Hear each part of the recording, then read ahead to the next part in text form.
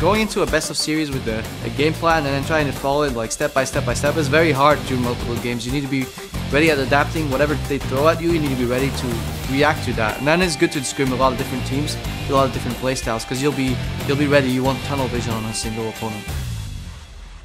Welcome back to the 2014 Summer Promotion Tournament, and our second game between Cloud9 Tempest and Evil Geniuses is going to start in just a second, but we want to kind of preview this game. The key players for Evil Geniuses in the last game and going forward, Snoopeh is definitely one of them. Aftermath, what does he really have to do in this next game? Snoopeh did a really good job of snowballing last game, thanks to the face check and the display by Cloud9 Tempest. But other than that, Snoopeh really knows where he's supposed to be, but sometimes he stays a little too long. And I really think that Snoopeh can be the catalyst for this whole series as long as he gets his lane snowballed properly and controlling objectives when they rotate.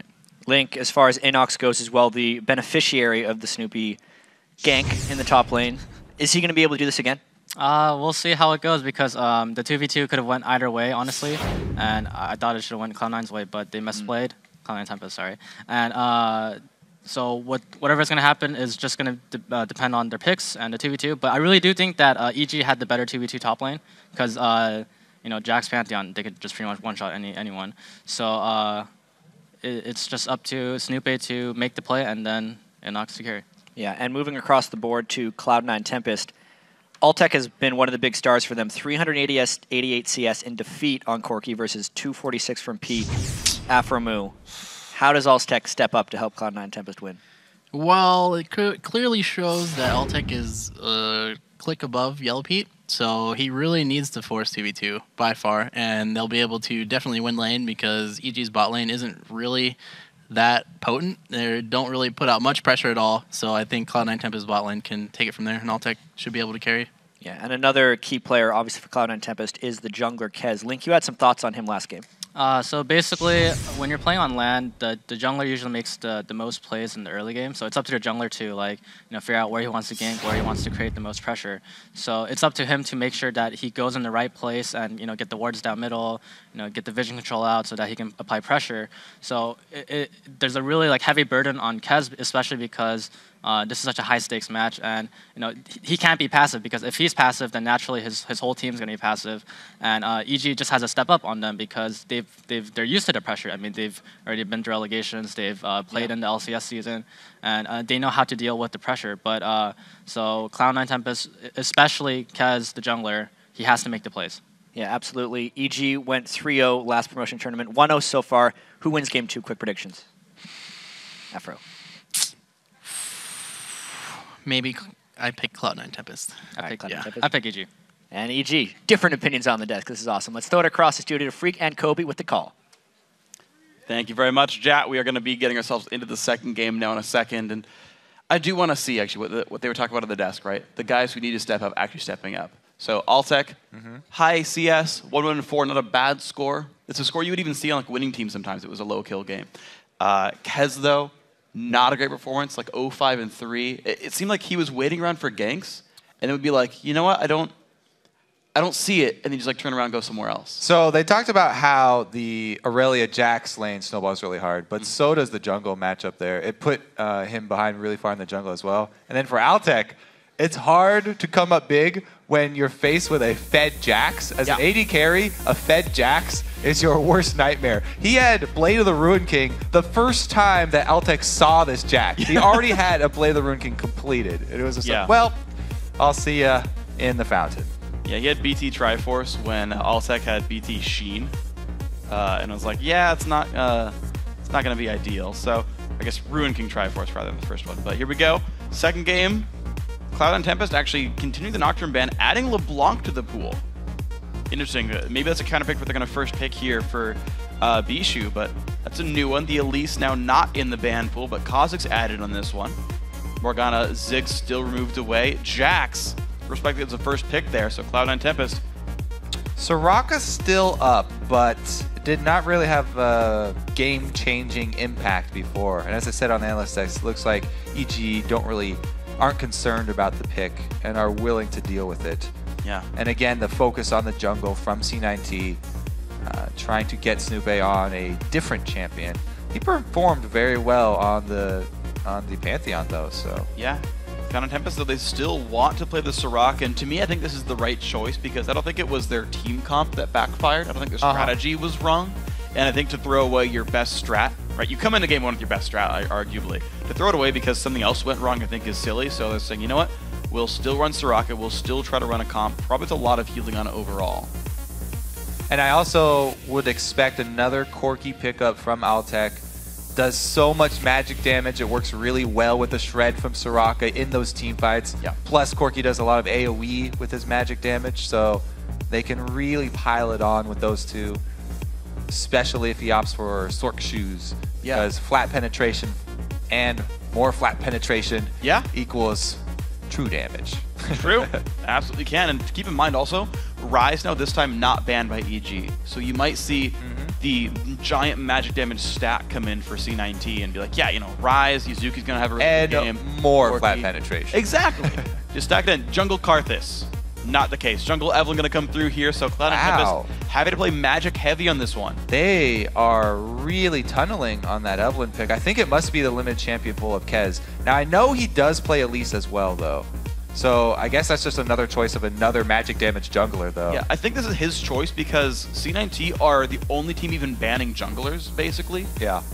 And they're like, yeah, Kez, you're still going to play the Evelynn. And this is Feral Flare OP patch as well, before it was changed to 30 stacks and before the price was increased. And we haven't seen Xin Zhao at all. Master Yu has only really played an EU challenger. We haven't seen him too much. I like how they called on the analyst desk how neither of these teams play Lee Sin in the jungle. However, Innox loves Lee Sin top lane. Yes, so he does. If the Lee Sin was locked in, that would... There we go. It's obviously going to be Innox. And then we will have a return to the Pantheon from Mr. Snoopeh. Snoopeh. All right. Well, let's give him the grab there, the Pantheon. So a lot of similar picks going through for Evil Geniuses. The only new one being the top lane so far. Saying, well, you didn't get Jax because we banned it, but have Lee Sin, your other great champion for Innox. Yeah, this is interesting. Going for the counter pick here, Lee Sin into Ryze. Lee Sin definitely has the ability to kill Ryze early, and they can keep him down very easily with a Pantheon. One gank there, the same situation could happen as last time. You tip this top lane matchup with one gank, and then you continue that threat with the Pantheon ultimate. Even if an Evelynn does show up, Lee Sin has a pretty easy time of escaping that just because it slows and he can dash so easily. Yeah. And you can buy enough time for a Pantheon to come in with an ult counter gank, which would go disastrously for Cloud9 Tempest. So now Evil Geniuses have the chance to make a similar situation and make it, again, 4 champions the same for both teams here. Top laners are different because of the bans. The rest of the comp's equal for both teams.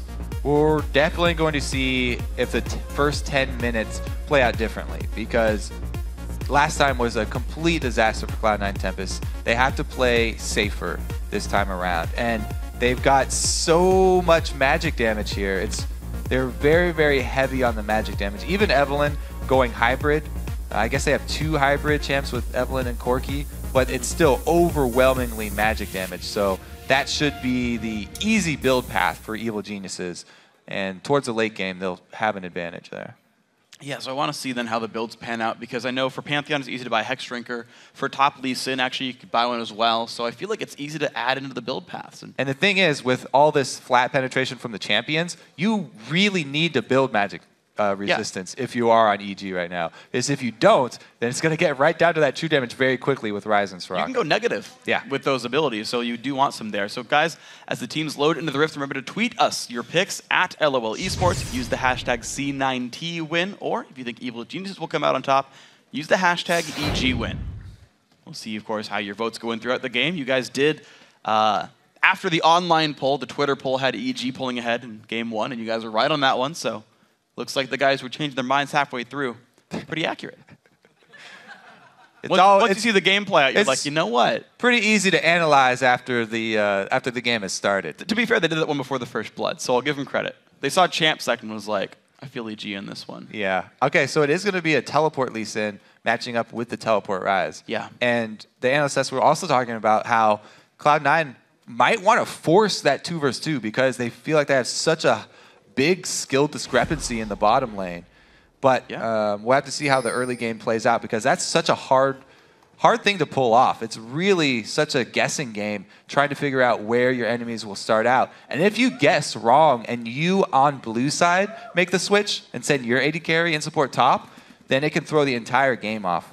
And that's not what Cloud9 want to do. They want to have a calm start so they don't have the same problems as last time and they actually get to play their team comp out without having to deal with some ridiculously fed top laner. Well, we'll see how the early game pans out then. Cloud9 Tempest once again. They ward the blue buff, and they walk down to the Tri-Brush.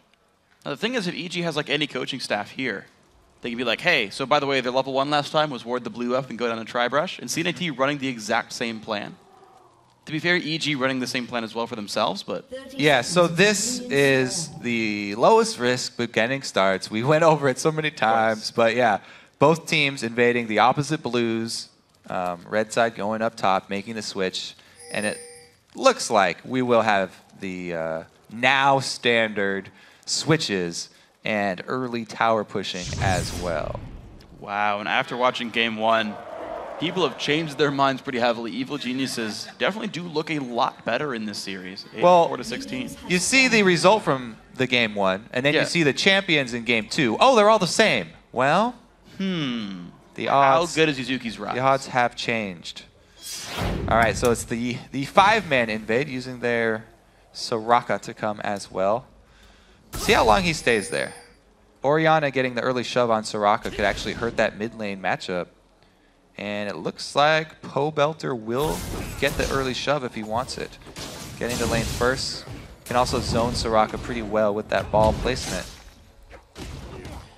So it is going to be the 2v1 setup. No, actually, look at this. There's a recall. This is smart. Okay, so there's a recall from Gleebglarbu on Thresh. This is the counter to the 4-0 play. Your AD carry solos the empty lane, and you 3v4 the heavy lane. So they haven't recalled the other people though. So right now it is just the Thresh. Now the other two start to recall, so they're going to try and 3-man defend the 4-man push. They need to get there at the perfect timing though, because they're EG are pushing on the second wave. And they're going to have Lucian and Pantheon in position. If it's just Glebe, then they can catch him out. So good ward, but they need to get into the turret to be able to defend it. They are trying to teleport in just to get positioning here. Evelynn really far behind. They're both level 1. It's a 2 versus 4. Yazuki going to take a whole bunch of damage. Stunned up. He goes down for first blood. He was alone on that one. Second wave push comes in too fast. Yeah, so if you try and counter the 4-man push, you have to be in position under the turret when they're all 4 there. Those extra few seconds will cost you first blood. Just saw it there. Ryze does bite the dust first. And he also used his teleport to try and get in there in time. So huge upset here for Cloud9 early. They're going to be very far behind, trying to make something happen with countering the 4-man push, but they weren't able to get the timing down. Yeah, and Innox, of course, just teleports down to the bottom lane to hold this lane 1v1, so not much missed XP for Evil Geniuses overall. Looks like Yazuki and Glebe will be safe up here, but it's just different 2v2 lanes. I don't know if this is the one that C9T really wanted. Well, their duo won't have to face up against Altec, so this might even be good for EG, since the support and AD carries are split up. And they won't have to deal with the Corki bully. I wonder how good the Yazuki-Glebe synergy is. I don't feel like they duo lane very much, but the thing is, it almost works out because you've got... Here's the thing, right? Like, Ryze is still ranged. He can last hit pretty well. I feel like he'll be safe, and actually has kill threat with a Thresh under the turret, whereas Altec can zone away Innox. It actually might be, despite the first blood, a slightly better lane setup for C9T. Maybe. I want to see how it plays out. Well, considering the players that they have, they're probably happy with this. Giving a lot of their farm to Altec is usually the game plan for Cloud9. So they're happy to focus as much money as they can onto Altec, and they have the confidence in him to use that money to carry in the mid and late game. He did miss a CS right there, though. Corki mechanics slightly dropping off in this one. Snoopeh going to clear away an early pink ward, though. That one definitely did not pay for itself, and he just quickly replaces that one. Altec now trying to still hit this bottom lane turret. Is down about half HP. Innox not able to easily defend this one. Lisa not the best lane counter to Corki.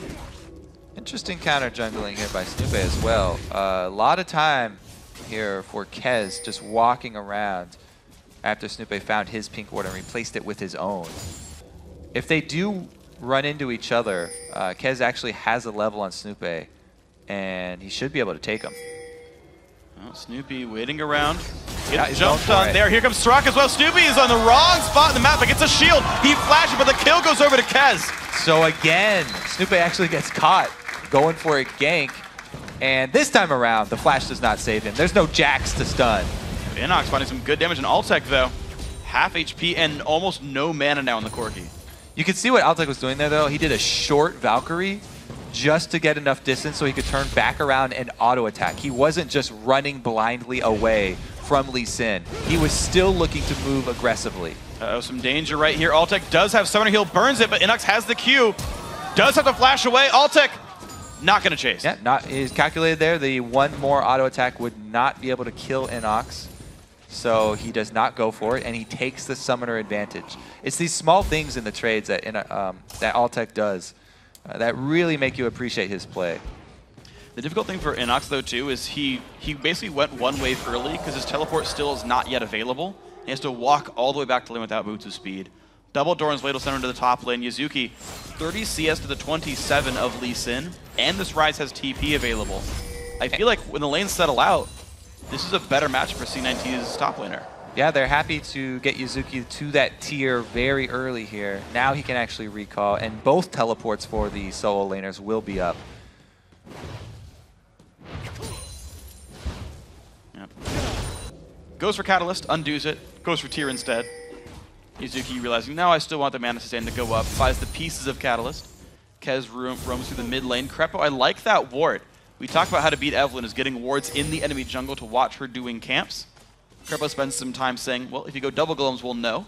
Snoopeh has a ward by the Wraith camp as well. So EG will know if Eve is bottom side.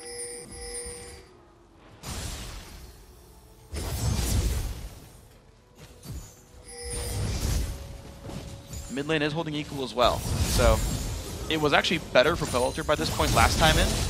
Looks like it's gone a little bit more equal. Doran's Ring. Both these guys, just kind of an amplifying tome lead versus Boots. Not a big deal. Snoopeh's still level 4 though. Getting pretty behind because of that death this time around. And when Snoopeh gets behind, he usually has a pretty hard time in the remainder of the game. One of the problems that plagued EG for a long time in the LCS was if they do not get off to a good start, they force a lot of engages. Yeah. And they overextend and they get even further behind. They kind of do a snowball against themselves. And here, a level 4 Pantheon tanking up the dragon. Evelynn's on the top side of the map, so they're trying to rush it down, but Soraka is getting into place, and she's an amazing team fighter. Looks like the Gambit paying off for EG, though. Able to secure the global objective without even losing much pressure on their mid turret. Very nicely done there. Evil Geniuses. They missed a minion wave, but who cares? Kez is 6, Snoopeh's still 4. Yeah, even after the dragon, still level 4. Now 4 2/3. Yeah, he's got a ways to go. He will get the catch-up bonus experience from his red buff, though. Because when you are behind as a jungler, you get a percentage increase in experience from killing the big monsters of your jungle camps. And since your red buff does update without having to kill them, he should jump up pretty big here. Spike comes through, see what he gets. Full level from that one, and he's most of the way to 6 already. Yep, he just needs one more goal, and that almost was 2 levels right there. And clearing out the red. Kez getting into position, though. He's 6, and Snoopeh's on the wrong side of the map. Sneaks into the second brush. Is going to get spotted out. Oh! He just got out of range there. Wow. Because of the the circle that Krepo's walking in.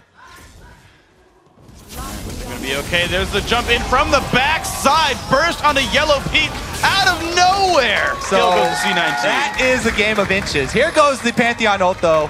Trying to make Altec pay. He missed the big rocket. Now in a duel with Snoopeh. Teleport comes in. Altec does not have heal. And Yazuki He goes can't down get enough fighting, fight though. time. Yazuki can't clean up anything out of that. Wow, what a nail biter for Altec. Bischu, Pobelter now in a fight. 8 versus 8. Shockwave is available, so is Ignite and Heal. It's going to be nothing for nothing, though. And Evil Geniuses, actually, they found their way back into this game thanks to that Dragon and the trade in kills. EG's ahead in gold. So both junglers with successful ganks on opposite sides of the map this time around. Altec almost was able to outplay that 2 versus 1 and get someone low enough for Yazuki, but not quite. Just seconds are making the differences between these two plays, up top and down in the bush, where Krepo barely backed off for a second and allowed Kez to get into the bush. Yeah, wow, so there we go. Level 9 now found for Soraka. 9 soon for the Orianna in the mid lane, and we have a 400 gold lead for Evil Geniuses. How else will the lanes pan out? Looks like Yellowpete actually rushing for a Trinity Force, Altec doing Bloodthirster, which means Altec's slightly stronger in a fight right now. You can see he has a level lead because he was soloing that bottom lane for so long. Can he bully out Yellowpete much?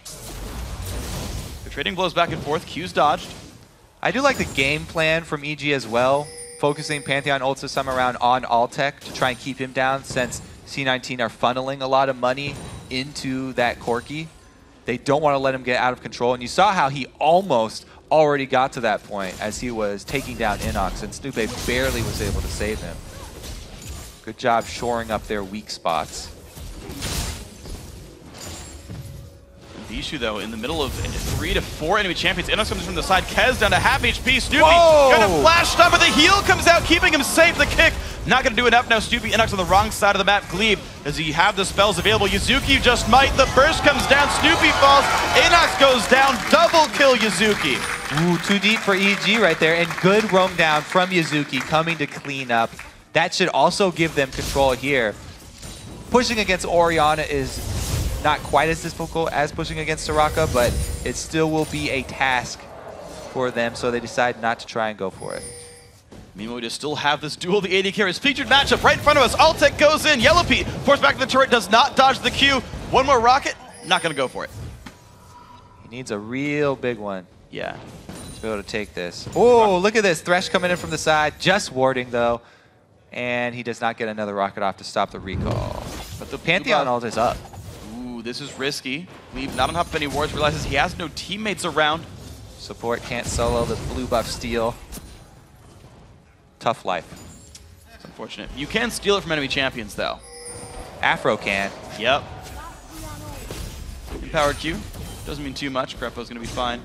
His bottom turret is going to stay alive here, so this push hasn't really done too much for C9T, but create a lane for Altec to farm, and he's got 113 minions right here.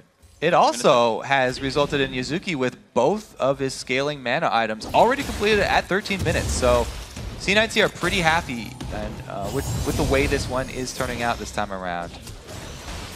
800 gold for these guys. Kez, level 8. He has been part of 3 kills so far, so he's had a bit more success there, has more minions than Snoopeh as well. Bischu going pretty deep in enemy territory for some wards. Problem is he walked through some pink wards doing so and didn't sweep them away. So this is all known. EG pinged both wards that went down. Yeah, so there's some good wardage around the dragon for Cloud9 right now. The only problem for them is that the teleport for Innox just came up, and dragons in 40 seconds or so. Yazuki's will not be up in time. So Kez is trying to pressure top preemptively before dragon spawns, get some pressure there, either make him force him to recall and teleport back to try and save minions, or get some sort of pressure up top before going down for that second dragon fight. Good call right there, but he wasn't able to make anything happen. So he had the right idea, just not able to execute anything up top, and now the threat of dragon is going to draw him back down to the other side of the map. 13 seconds to go, right about the timer on Yazuki's teleport. He should be able, he'll be about 30 seconds late if EG goes for the dragon fast. And we saw how fast they did it before, even with a level 4 Pantheon. So 30 seconds is going to make or break the next fight if EG decide to pull the trigger. We'll see. Bischu in a half HP. Pobelter does not know Evelynn is coming. Bischu's going to go back over this one. Here comes the engage. The shockwave lands on 2, but here comes Pantheon on the backside. Bischu does have the wish, but no summoners available. Big burst in from Snoopeh, but he goes for Kez. Kez fires back. One hate spike, and he gets it. Kez on the retreat. Pobelter very low. Has to get out. So with both junglers going so low, the dragon fight is going to have to wait. One of them needs to respawn and the other needs to heal. Both mid laners come out of that pretty evenly though. All right, it's time for the bottom lane bully here. Krepo shields the wrong person. Gleeb with the box and the flame. Krepo flashing out. One rocket. Ooh, summoner heal keeps him safe. Close one there for Krepo, almost costing him his life, but they are going to have to give up the turret for that. And we'll see if C9 actually venture into that pink ward bush. They're trying to deny more minions to the turret, leaving the turret up for as long as they possibly can, making the bottom lane of EG pay for that mistake. And because of that mistake, not only is it the turret, but they can also get that dragon that we were hyping up. EG not in the position to contest this one. 5-2 in kills, 1-0 in turrets. Had a weird start, but we went down finally to 2-on-2 lanes, and Cloud9 Tempest now up 3,000 gold as a result. Uh-oh, Pobelter's under attack. It's gonna be all right. The Flash keeps his robot body safe. He's gonna be all right. So I am glad that we got to see C9T go back to the same strategy here and actually perform it without having to deal with a uber-fed Jax this time around. Because it's going to be very interesting to see a team fight with all this magic shred and magic damage on the team. If we look through the inventories here on EG, they don't have a lot of magic resistance. They've got a couple no magic mantles. That's it. And you know, the Athenes is going to help out Pobelter a bit, but we'll see how the shred comes into play. You know, for what it's worth, they've got an armor shred too. Not like it's going to matter for the team. Hey, but he's also got true damage. Yeah. If we're naming off damage types. You know, he can also, he's got a red buff, he's got more true damage. Every auto attack, bunch of true damage. You know what else? He's hit a power spike with that Bloodthirster. Let me see how many stacks he's got. Oh, it's fully stacked. Yeah. So there it is. He's got the maximum efficiency right now on that Corki. It's been a long time since Yellowpete shop. He's at 1,500. He's actually really far from Triforce, actually. So the farm really not been that good to the EG AD carry. Once again, a 50 minion lead for the Cloud9 Tempest AD carry. Ellis has talked about that being important. Afro said it. And you're seeing this right here. Much more important AD carry, despite being 0-1-0. Like, Altec does way more right now in a fight. And it's not just Altec either. This C9 team, the entire team scales really well. Their team fight is going to be ridiculous. Against a melee heavy team with Pantheon and Lucian both going damage, having to jump in, they're going to be in range of Star Call the entire time. They're going to be in range of Ryze's AoE the entire time. Even Corki, like, they are just going to get obliterated with magic damage as soon as they jump in on someone. Well, we'll see how good the shockwaves are, though. Orianna's one champion that can definitely turn games around with a really good ulti. And we'll see if Pobelter can get that. Yazuki playing safe, realized the roam was happening. Backs out for this one. No turret kills yet. Oh, the dive! The man drop comes in. Kez and Yazuki now in a 2 versus 3. Snoopeh does not find anyone. And actually, though, Krepo just might the flash over the wall. Yazuki going to be safe. The flash back in, though. Here comes Bischu. Might have been too much. EG forced to back away, and Kez on the chase. Oh, he doesn't get out. The shield, the shockwave misses. The wish, though. Kez now overextends. He gets healed, and he stays alive. Ignite won't claim him either. Krepo has a shield. Altec has a turret. Krepo's got Flay. And there's the kill picked up. Oh, big fight, C9T. Wow, turning around the dive. C9T, they force, this was the engages we were talking about from EG. I said when they get behind, they force these things, and they get further behind. They snowball against themselves. When they get ahead, they press it really hard, and they get a tremendous lead. We see games like last time. When they get behind, it's the exact opposite here. So once again, they go for the dive, but the move speed on both these champions. Ryze pops his ulti, Kez pops his W. Yazuki does a good job of flashing over. It's so fortunate that he did it at the exact time that Innox actually threw his Q. So much damage being put out with the Ryze and Soraka. That's what we were just talking about for so long. And Kez survives because of the ridiculous amounts of heals and shields from the team, ending up with a 4-man, it was a 4 versus 4, but Lucian was actually doing nothing this whole time. Lucian was just walking across, trying to join the fight, whereas Altec was on his own mission. He was getting farm, and he was also taking turrets. The flash summoner heal from Bischu is what saved Kez in that one. Yep. Kept the fight going. So teamwork all over the place for these guys. Managed to make the plays they needed to do. 5,500 gold now puts Cloud9 Tempest ahead in this game 2. very lackluster first game, off some early game mistakes. They stopped those from happening, and it's a much different game here. Now the test is, so Evil Geniuses, they had a giant leader Leon, a big fed Jax. They said, okay, we'll control the map, we'll siege up, and close the game in about 35 minutes. Cloud9 and Tempest now are in control. How do they play with the lead? I'm really surprised at the fortitude of these Cloud9 players. They are young players. They talked about not having land jitters anymore, but the confidence to go right back to the same strategy that they got obliterated with, just because of an early game mistake. They're like, yes, that was an early game mistake. We're not going to abandon our plan. Everybody stay on board. We can do this. And they're definitely pulling it off this time, even with, again, failing with part of their plan. Trying to go with the 3-man defense of the 4-man push. They still pulled it out. They concentrated towards the mid game, and they've held together just so well. Yeah, actually, I remember at the end of game 1 where they got pretty much one-sided, just stomped. They were all kind of smiling. Like, Bischu sat there and was like, yeah, we lost it. Yeah, it was a really bad play, Topple. You know what? It's fine. Like, you could see on his face he was not even worried about the series. And so, you know, I just kind of want to echo your point that, yeah, these guys have been coming back in this game. Came back from a very rough level 1, and they're doing much better here. So, let's see what the next move is. Siege towards the mid lane. Glebe helping out with Bischu a little bit there. Another Altec, gigantic. Push in now towards Yazuki. Not in range for the stun. Innox finds the Q, though. Slows him down, and this Ryze has got nowhere to go. Great kill picked up. Shut down. They're waiting in place for the dragon, though. Snoopeh commits up top. Cloud9 get an objective for it. Now, the question is, how fast can EG push? Can they get this secondary turret down? Because that would be completely worth it. However, the minion waves are lagging for them, and it doesn't look like they're going to have enough damage to pull this one off. Only 3 ranged, no way. And the mid-outer turret actually goes to Bischu anyway. Looks like Pobelter had to pull back for a little bit there, and EG don't get anything for it. It's actually a dragon and an outer turret for a kill. The outer turret was pretty low. Well, yeah. We'll give it to him. Okay. Altec, we're trying to make some solo plays here. He's got red buff. That was through 2 shields. That was Orianna and Karma putting a shield. He went down to half anyway. So there's some very real damage there. It is Sork Shoes, by the way, for Altec. Yeah. And I like this. He went Sheen into Pickaxe. I think he's actually going to finish the Last Whisper next. That'd be weird, but I feel like the double penetration build. It's weird to me. Like I'm not completely convinced by Last Whisper, but it's like I could see him not finishing Triforce.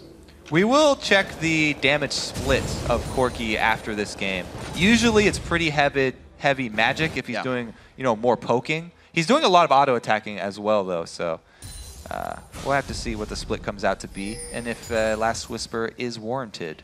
This time around, though, with so much magic spread, I feel like he's just want to buff up those spells. C9T, yeah, significant vote swing there. Fickle voters. Well, I mean, I think they're just being smart with this one. No faith, man. You gotta stick with your choices. Even in the face of a 6K gold lead. Well, hey, there you go, 70-30. They've matched the kills. It's 7-3 in kills. So basically, every time you get a kill, 10% vote swings in your favor. All right, C9T needs 4 more kills. They're 110% likely to win. That's how numbers work, Freak. Yes, it is. Don't worry, we got this. Pobelter, they're going to take away some wolves. The Pink Ward Wars. All the Pink Wards are dead. It's a massacre. And only the Greens survive. But they have really short lifespans anyway. They do have natural causes very often. Gleebglarbu, Pink Ward, another fight for wards up there. Bischu steals the kill. No gold to Glebe whatsoever for that one. Even though he did 4 of the 5 hits. All right, Ryze is fully stacked, guys. He's got both of his items to completion now. And he's ready to team fight. Yeah. Him plus Soraka. They are looking to force something up in this top turret. They preempted this move with some pretty decent vision in the jungle, but they weren't able to clear out everything from EG. So the picks will probably be pretty hard to pull off, but it's the right idea. Snoopeh. Oh, he wins the war over the Wraith. Now, if the whites... Never mind, I don't want to bring that up. Nope, it's fine. We are not naming all these games. All right, the 5v5 that C9T want may just be unfolding before our eyes. Kez looks for Pobelter. There's a Lantern, one-man slow from the Evil. The three-man Shockwave, though. This could be really big. 1 for 0 so far. Bischu is healthy. The hook on an Innox, and Lee Sin goes down. 2-0. Bischu pops another couple of Summoner Heals. He stays alive. Third kill picked up. 2 of them going to the way of Altec, and Cloud9 Tempest win a big fight. Yeah, we get to see the power of the team fight, and they do get that pick that they're looking for with Kez.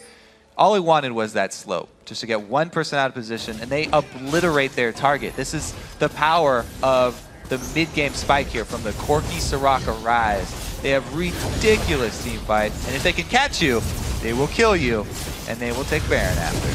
And Kez undefeated in smites, but here comes the Pantheon. C9T crew back up. Kez gets obliterated. Snoopeh gets 1 kill. He will trade his life for it. No one from EG is around. It is 1 Baron buff off. But it is an assisted kill going over to C9T. Now, the teleport down here from Yazuki, they're also going to save the turret. So even though EG trying to push down bottom, they don't get anything out of it. And Yellowpete's got to be careful. Yazuki can easily take him out, 1 versus 1. Ryze is a scary dude. However, 4 versus 1, the rest of this team rotates down. Yeah, it's been pinged out. C9T knows about it. Krepo gets some wards. This is good. EG, despite losing control for a couple of fights, get wards down deep in the jungle. They take the mid turret down. Yazuki has been tipped off. Someone called into the hotline, gave him an anonymous tip. It's like there's a Soraka on the loose, or an Orianna on the loose. Gotta be careful. Well, it was a karma. Whatever. Good try. I'm not saying the anonymous tip was reliable. Okay. The guy who called in said it was Orianna. Well, job well done. Now they've got Baron buff, and another siege would probably just result in action if they get a hook onto somebody. They're going to be looking for Gleeb to throw out the hooks under turret, and if they can land one of those, they definitely go for it. But EG, they should not be trying to force anything, just waiting till the tower dive comes from Cloud9. Well, there's 2.5 minutes left on the Baron buff for C9T to look for that dive. They do have heavy armor on Kez. Rushed around to Omen, added a Ninja Tabi. You've got Frozen Heart already done for Bischu as well, who also went Ninja Tabi. So there is a lot of armor there if they do want to dive. Face the Mountain also done for Gleebglarbu. So there's extra shields there. Gleeb hits a ward. There's the dive in towards the top lane. Altec's kind of got nowhere to go. Gleeb is just below him, though. And the catch is not there. Altec gets away. Yeah, Snoopeh would have to fully commit to that if you wanted to get that pick. You would have to flash for that stun. And he does get it, but it's a little late. Gleeb are already there for the exit. You flash for the stun, and there's a Lantern there. Krepo, though, gets the root onto Kez. Lands a Q, but haste afterwards. There's a big ulti across. Bischu in the middle of the fight as well. Altec there for the cleanup. 1 kill picked up. Single man shot, but he goes down right away. 1-for-1 fight so far. EG, can they get out? Innox jumps the wall. Yellowpete looks safe. Bischu takes damage. It's 4 versus 5, though. The entire time, Ryze is pushing down bottom, and he's got the turret. All right, that's Inhibitor turret going down. Inhibitor itself now taking damage. Yazuki has some extra ability power, and it's decent damage, but he backs off. All right, they can take Dragon now. Just move all the way down and take the extra gold that is on the map. No need to press for an inhibitor. It's already exposed, so they can return to the scene. All right, so they get a pretty good Eve ulti after he gets away from Krepo. Altec just gets annihilated here, though. They stun him into the shockwave. Dragon does go down. Okay, so Cloud9 Tempest. 1-for-1 team fight, but they pick up a Dragon and an Inhibitor turret in the aftermath of this one. Putting them now 10,000 gold in the lead, and they're 120% likely to win the game. EG sitting at 50-50. 29 minutes in, so C9T definitely slower in the advantages. It seems like they're taking a bit more time with this one. They're not getting as many deep wards, I feel, and they're not getting that same level of siege, but they are at 5 turrets. Bischu gets the big Wraith. I also got to point out, Snoopeh has secured every single kill for his team. He's building really offensive because of it. He's got 100% kill participation because he took every single kill. Yep. That's the way to do it. He's a team player. Yep. Don't need assists. It's all him. If you're a one-man team, are you always a team player? Yes. In that case, there is a me and team. All right, the exposed inhibitor is where they decide to return to. Ryze does now have teleport. So pretty easy choice here for C9. They don't have to force anything. They wait for EG. EG has to choose. Do we initiate through a Thresh box into a Soraka for our exposed inhibitor? And the answer is yes. You're going to go right on this one. Bischu going to get a teleport from a teammate there, and there's the push on in. Gleebglarbu keeps himself safe with the shields. They don't get it. That was their only chance. EG just engaged. Yazuki's going to find a Rune Prison, but Snoopeh gets out with Mikhails, thanks to Krepo. Quick wave here from Orianna, but the team is now here to fight. Cloud9 Tempest pushing in for the inhibitor, and C9T missing a couple of cooldowns. EG as well. It was a good attempt there from EG, trying to catch C9 off guard because there was no chance if they grouped up as 5, and EG trying to take advantage of the Pantheon ult, but just barely not being able to pull it off means that C9 are probably going to walk this one in. There we go. There's another turret going down, making that 6-3. Bottom inhib already dead, a small minion wave left, and they push in for inhibitor turret number 2. Bischu tanks it up. Krepo takes a big burst of damage. He goes down to Yazuki, who just dives in the back line along with Bischu. Gonna be the turret going down now. Snoopeh locked up. The bomb. The swarm comes through, and it's 3 kills picked up for Cloud9 Tempest. This could be the game-winning push right here if the respawns don't come in time. I concur. Well, mid inhib's gonna go down. They ping towards the Nexus turrets. 15 seconds of 5 versus 2. Pobelter does have a shockwave. Innox about has ulti. 2-man shockwave, good damage, but down goes the first kill. Innox kicks him back, but he goes to Rune Prison as well. That's going to be Nexus turret number 1. Only Krepo now alive. Nexus turret number 2 under fire.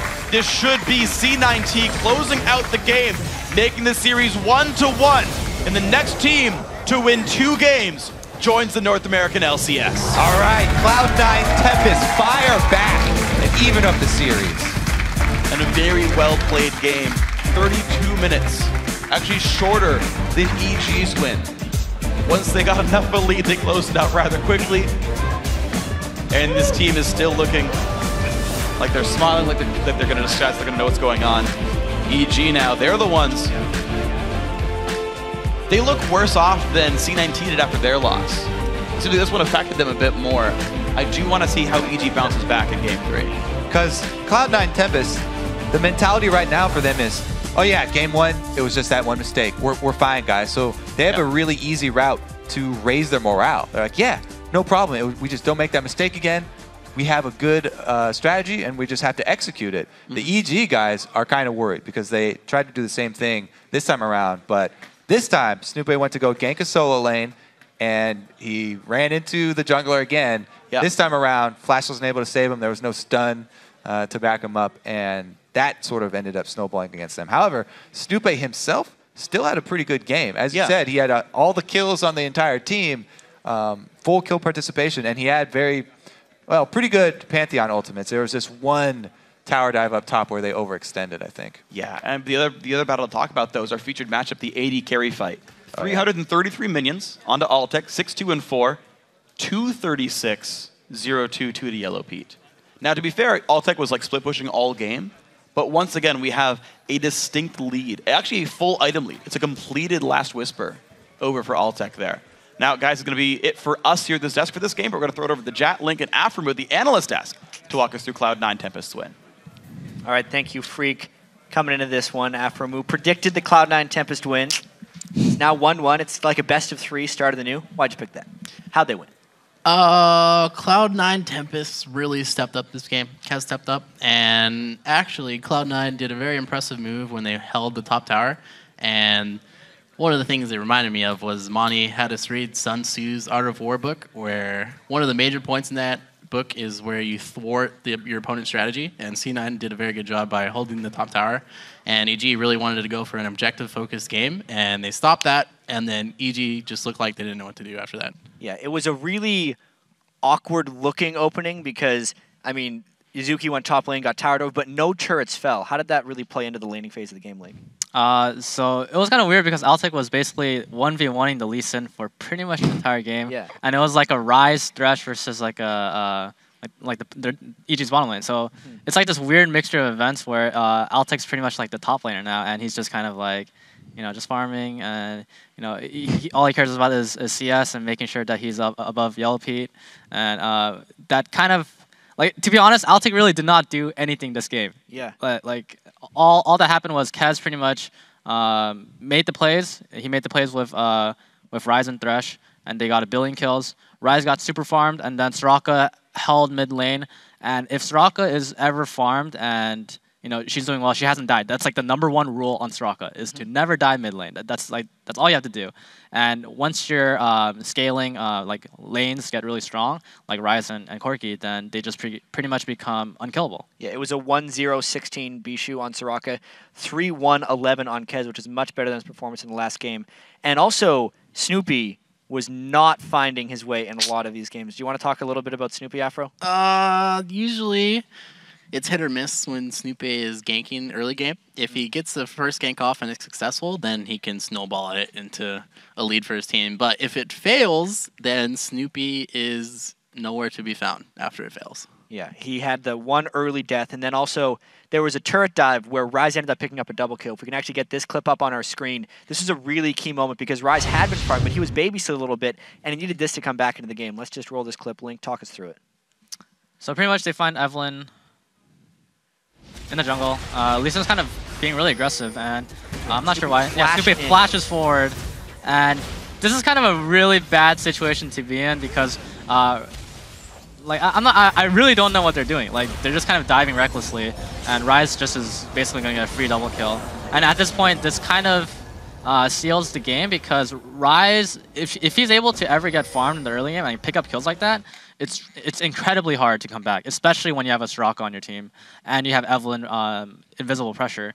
So it just allows Ryze to just ramp up and farm really, really hard. And you can see that he had a 20-minute Seraph's Rod of Ages and a Merc Treads, and that's incredible. Yeah, it's really interesting actually how in game 1, Innox was the beneficiary of kind of a gank, snowball the game on Jax, and here Yazuki gets babysat a lot and then ends up taking over on Ryze. It still wasn't entirely over though. There was a nice turret dive try by Evil Geniuses and was probably the nail in the coffin. It was about 18 minutes into the game. If we can pull that clip up as well, just to see exactly why it went wrong. Afro, take it away. So Snoopeh jumps in here and they look to kill Yazuki because he's the primary target usually over here. So they cut him off with Krepo and Yazuki flashes with the wall and his team backs him up. And then you have Soraka who just makes your bruisers super fed and Yazuki gets a heal and just turns around and wrecks face. And now EG is on the run. Kez flashes forward because they know they're going to win this fight. They have the momentum in their favor. And Pobelter, oh, damn that ult. Not quite where it wanted. Cloud9 Tempest just cleans up after this when their whole team backs them up. So it was a very poorly executed dive by EG there, and Cloud9 Tempest just capitalized. And meanwhile, you have the top laner, Altec, taking bottom tower. So yeah, he really was a top laner this game. Really isolated playstyle. He ended 6-2-4, but that was off of really passive play. It was strange watching this game early on because Cloud9 Tempest was really saving their flashes. Do you think that was some type of mindset they have that they might be over now that they won game 2? I still feel like they are kind of playing that passive, but I feel like Cloud9 Tempest, just from watching them play, I think if they get the momentum going, that they're just going to be more and more aggressive, and they're going to play much, much better, and they're going to be more confident in their plays.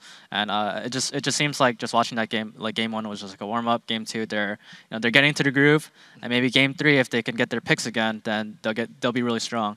And I know EG is kind of a team that kind of likes to tilt time to time, so it's really important that they don't lose their momentum from game 1, and they just kind of think about their picks.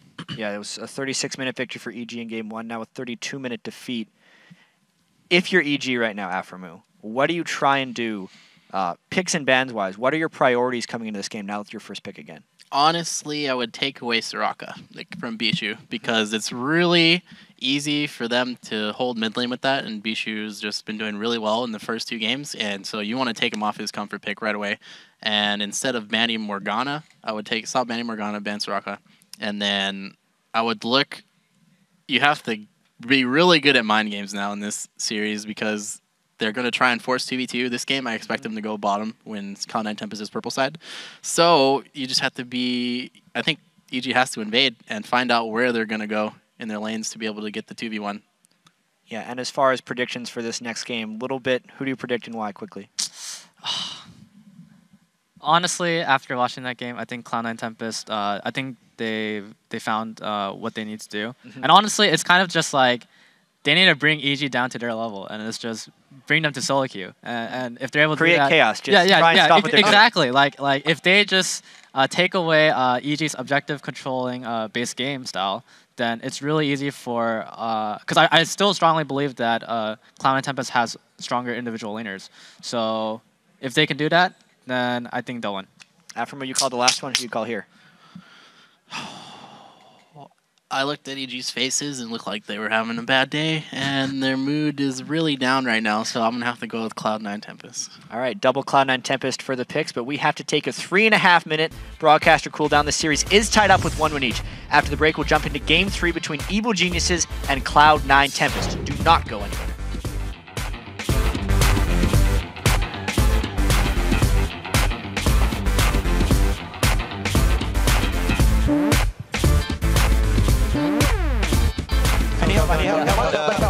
Help. Yo, just go on them. He came out. Go on them. Go. Kill them both. Find one. Lead. Nice. Yo, ulting. Yeah, I got it. Innox. Pantheon. Nice.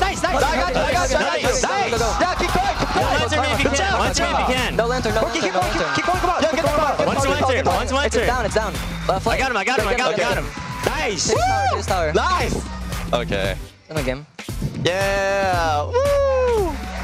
Nice job. Don't celebrate early. Let's go back and talk about the next game.